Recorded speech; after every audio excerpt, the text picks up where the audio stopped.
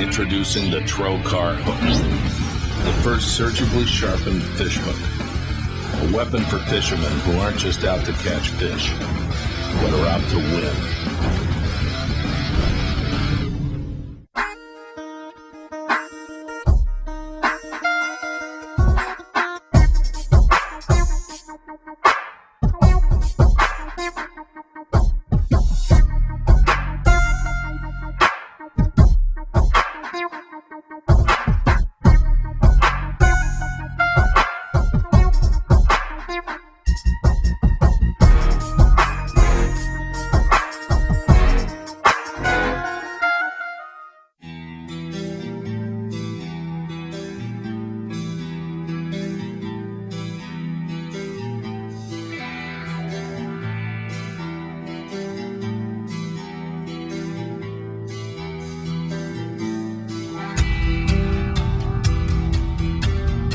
VanDam here, and we're with Angler.com, and we're going to go under the lid in my boat.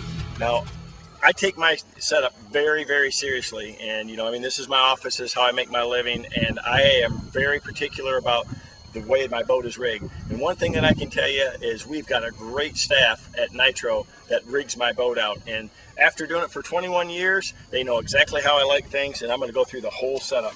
Starting here in the back first, I've got twin power poles. And the neat thing about the Nitro is we've got a fold down boarding ladder, and with the original brackets you could not use your boarding ladder still. So the guys at Power Pole were really good last year, and they re-engineered some of these brackets to fit the Nitro boat so I can still use my boarding ladder. If you're out there in real cold water and you fall overboard, you may not have the strength to get over the side. So for me, it was really important to be able to keep that feature, to be able to use that boarding ladder still. So I've got that. My kids thanked me for it this summer when we were doing some tubing with my boat. But, I've got everything here in the back set up. I keep a lot of spare equipment in my boat back here. So I'm gonna pull this out here. I got spare props, marker buoys, jumper cables, all that kind of stuff back here in the back. And I use 4 31 series cranking batteries to run everything in my boat. I'm going to have a tremendous amount of power. I've got a stealth charging system that's also back in here, and plus I have a portable charger so I can charge my stuff at night too. So what the stealth charging system does is that anytime I'm running my Optimax, it diverts all of the juice that goes to the cranking battery once it gets to 12.6 volts to my trolling batteries. So it really makes a big difference. I've got a gauge right here that shows me what my charge level is, and if you fish the way that I do, I cover a lot of water. Anything I can do to maximize my battery life or to gain some extra juice during the day, if you make a long run, it really makes a big difference. So I've got that all back here, and I like to carry a lot of spare stuff. Again, I got jumper cables, I got spare parts, spare props, everything in the boat. So I got some extra rope in case you have to be towed in, things like that, or you got to tow somebody else in, and a lot of stuff that I don't necessarily have to get at. I also keep an extra gallon of oil back in the back, always. You never know when something might happen. You need to have some extra oil out there. A lot of the times I carry a lot of extra stuff and I don't use it, but one of my competitors or somebody else out on the water, hey, do you got any oil? You got a spare trolling motor? You got a prop? You got a trolling motor prop? You got a pin for it? I always carry spare parts for everything. Here in the back, I like to keep a lot of things that weigh a lot more. You really want to think about performance in your boat. That being said, I carry so much equipment in my boat that I know it's costing me 4 or 5 miles an hour, but I like to be prepared for every situation. This week I'm at a media event. I got a bottle of BTS and some extra towels so you can clean up your engine in your boat and stuff like that. I always have a spare depth finder. I got another 1198 sitting here in the back ready to go. I've got all my coal beams, things like that, bass medics, all that stuff for keeping fish alive. I keep all my registration and all my important paperwork back here in one of these plain old waterproof cases. And one of the other things I do is I have a bunch of extra hooks. I got some frog hooks. I got a bunch of my different extra mustad hooks, and I keep those in this waterproof box because they're just not going to get any water to it. Any extra little tools and things like that, I keep all those in this other waterproof box back here. I got my flare kit, drift sock. You got to have all that stuff for big water fishing. Keep all that here in the back. and you know, it weighs quite a bit, so you want to keep that weight towards the rear. The other side, this is a giant box of nothing but plastics right here. And when I'm out fishing, you know, carrying a couple of bags of caffeine shads, for instance, just isn't going to cut it. You know, I mean, you're out there in a tournament and they're biting good. I may catch, you know, 40 or 50 bass in a day, so I got to have big bags of them. So, you know, I carry a bunch of jig trailers, a bunch of caffeine shads, a bunch of rodents, all that different stuff. You know, I mean, you got to carry a bunch of them. And what I'll do is I'll kind of rotate some of that out. I carry a lot more in my truck, but this box right here is completely full of plastic, and it weighs a bunch.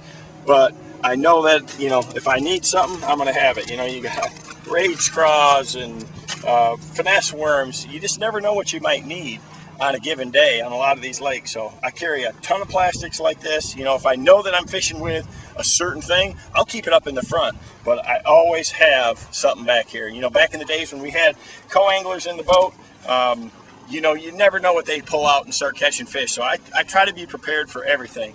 You know, as you come forward here in the boat, first off, we've got, you know, the Nitro Livewell system. It's got a baffle in it. Really keeps the fish alive real well. Oxygenators and separate live wells for both sides. You know, right now I got a 5-pounder in there right now, and I can keep those fish. You know, I can keep 30 pounds of bass in there without any problem, even in the heat of summer. So, you know, we got recirculate freshwater pumps for each side. Got those baffles in it, so when you're running in rough water, you're not beating those fish up.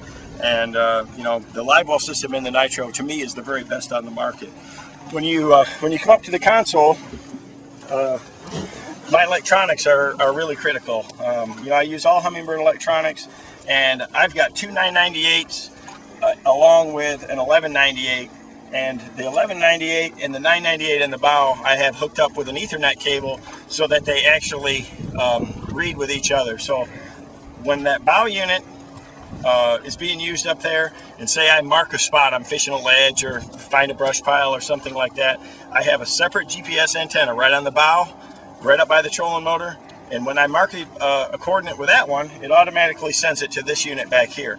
Or if I'm graphing back here, I've got the antenna right in the back, right underneath right over the transducer, so that, again, if I mark a very precise spot and save it here, it's going to go to the bow unit also. And one of the things that I love about the Humminbird unit is that it's got a pointer system, and you can zoom in to 50 feet, 100 feet, 20 feet, 10 feet. So you know the direction and the distance right to where that coordinate is. So if I mark that exact spot, I can get right to it, or I can make the perfect cast. I know the line and the distance to that spot. It really helps me when I'm offshore fishing to be real precise. So I've got these two units set up like this. I got it on a ram mount. Most of the time how I run these is I run GPS mapping in this console unit, and you know, either the lake excuse me, either the Lake Master chip or Navionics chip, depending on the lake that I'm on. And I've got it set up for 1 foot increments, and then I'll run side imaging, down imaging, and sonar on this screen right here, so I get a really good picture of everything that I'm seeing, and I can follow the general contour lines of the lake. You know, I mean, the contour lines are not exact, but it gives you a good idea that you can see that, hey, there's a big flat point or a ledge or a drop or something. So I really can be super efficient when I'm out there graphing. You know, all the controls are easy to see on the Nitro, and on my keychain I got a couple of other neat accessories that I think are really just hard to live without. One of them is an automatic lock for the compartments, so that all of my compartments, all I got to do is hit the lock or unlock, and I've got it set up. You can actually even trim the motor up and down with this too. One of the neatest things that gives me a lot of peace of mind when I'm out on the road is this new two-way boat alarm system. I mean, this is the remote for it right here. All you got to do is hit that and lock it, and there's a sensor underneath the console, and it works by vibration. The great thing about this particular system is that even if you have an aluminum boat that doesn't have lockable lids, if somebody comes out and tries to open a lid, it's going to set it off. So you set the alarm. It takes it, I think, 8 seconds for it to arm itself, and I can carry this with me in my hotel room and, you know, be 500 feet away, and it'll still go off. So I mean, if you touch anything, a wiggle or anything, it's going to go off. And as soon as somebody stops messing with it, it stops. Right now, just the motion out here on the water will set it off. Just the motion of the wave action against the boat. So, I mean, it's sensitive enough for if I drop the keys on the floor, it's going to go off. Again, you just wait 8 seconds, bang, and it's awesome. So the first time I used it, I had a gal set a coffee cup on the rear deck of my boat at a hotel in the middle of the night. Scared the heck out of her and me both. So, I mean, it works really well. It's all it takes right there. You can adjust the sensitivity so that it doesn't go off quite as easy or less, but I like mine to be real sensitive. So that alarm system gives me a lot of peace of mind. I actually even have one on the back of my truck. When you come up here, one of the features I love about my Nitro is these little slide pullouts. And what I do here is I can keep my wallet, my phone, keys. I keep my depth finder cleaner, screens there, a lot of extra sunglasses, things like that, right here in this side. And then in this side, I keep all my spare fishing lines. So, I've got my spools aligned, and right at the end of the day or whatever, if I need to re-spool, I actually just re-spool them right out of here. You just tie it on your line, and I can just spin them right there, and I'll run all my different line sizes in here. I can see I've got just fluorocarbon in here now because of where I'm fishing. But whatever spools that I need, I keep them in there. If you're out there on the water and that key rod that you're fishing with, you get a backlash or you get a tangle or something happens to it, I can literally take the line off and re-spool in about 4 minutes. So, I'm not wasting a lot of time, and that way I know I got the perfect rig. So I always carry that extra line there, and it's just a perfect place to keep it. Right here beside the rod lockers, I got two things. One, I've got, my bump stick that's built right in. It's very convenient. Hopefully, you don't have to measure them. They're good ones, and you can just put them right in the box. But sometimes you got to have that bump stick. And then I've got all my extra little tools and knickknacks. First and foremost, I've got my sunscreen. Mission sunscreen is athlete engineered. It's all that I use now. They got everything from your lips, your ears, your face, waterproof, scent free. It's just really high grade sun care products. Scissors, a couple of different pairs of pliers here, line and lure conditioner. I got super glue. I got a braided line marker. I got soft bait glue, and I always carry a few crankbait knockers there too, where I can just slip these on my line if my crankbaits get hung to knock them off. And I keep all that there. One thing is you got to have a really good pair of pliers. These are little. They don't look like a whole lot, but these are snap-on pliers, and they're like $30 a piece, but they have a very precise point. This is what I change all my treble hooks with. When I'm fishing a crankbait, it's going to have a KVD treble on it, so I'm going to change it out. In a year's time, I changed thousands and thousands of them, and the precise point on that allows me to get right on that split ring, and I can start one off and put another one on in a matter of a second, and you can change them really fast. So when I'm out there on the water, and you're fishing with a crankbait for a little while, I'm going to check the hook points, and instead of trying to sharpen it, I'm just going to put a new one on. It just takes me a couple seconds, and I'm ready to go with a brand new, perfectly sharp hook. Keep all that stuff right there where it's convenient. One of my favorite features about the Nitro is this right here, this little trash receptacle. I mean, it's such a convenient thing to have right here. If you drink a soda or you have a plastic worm that you've used up or pieces of fishing line, it gives you a place to throw it so it's not cluttered around on the floor of your boat. It's easy to empty at the gas station at the end of the day. We got a big insulated cooler here. During the heat of the summer, it'll hold a lot of ice. I can hold a ton of drinks, and I have something for a place for everything in this boat. In my front storage boxes here, I love these splits right here, and this is what I use for most of my tackle. This is my working area during a competition day, and what I'll basically do is work with these Plano 3700 series type boxes and put the ones that I know that I might be using that day. Right now I'm doing a lot of cranking, so I got most of my crankbaits set up in here. And one of the things that I've really started switching to this year is these new waterproof models from Plano. I mean, these babies right here are awesome. This is a box right here of 3 XDs, and I've got all the different colors in there.